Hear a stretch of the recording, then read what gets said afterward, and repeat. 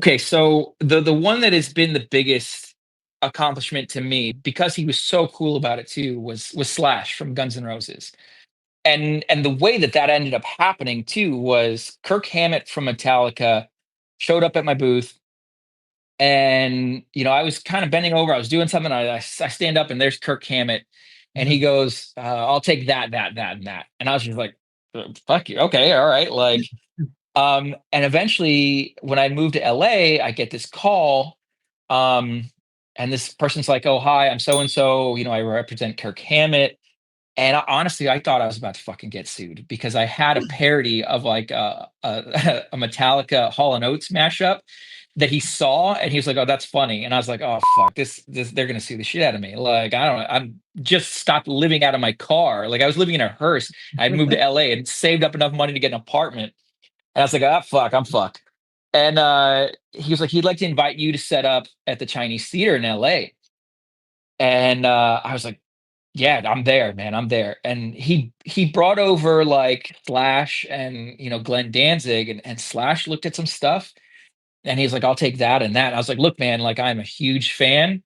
Just take it. Like it's on me." And Slash like looked at me and he goes, "No, man." He's like, "This is your art. Like I want to pay you for it." And I was just like, "Oh, okay. All right." Like, I didn't even charge him full price, but just the fact that he was like, "No, man, like, let me buy these from you because this is your art." Like, it was a moment that instilled like value in me, because one, that's someone saying, "No, like, don't just give this shit to me. Like, this is your hard work.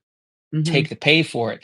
But it was the fact that it was someone who I thought was so cool, and like fashion wise, he was an icon, right? Like the top, Slash. As soon as you see him, you got the top hat, the glasses, the cut off shirt, the ripped up jeans. Like these are identifying things of Slash that everybody knows and everybody recognizes.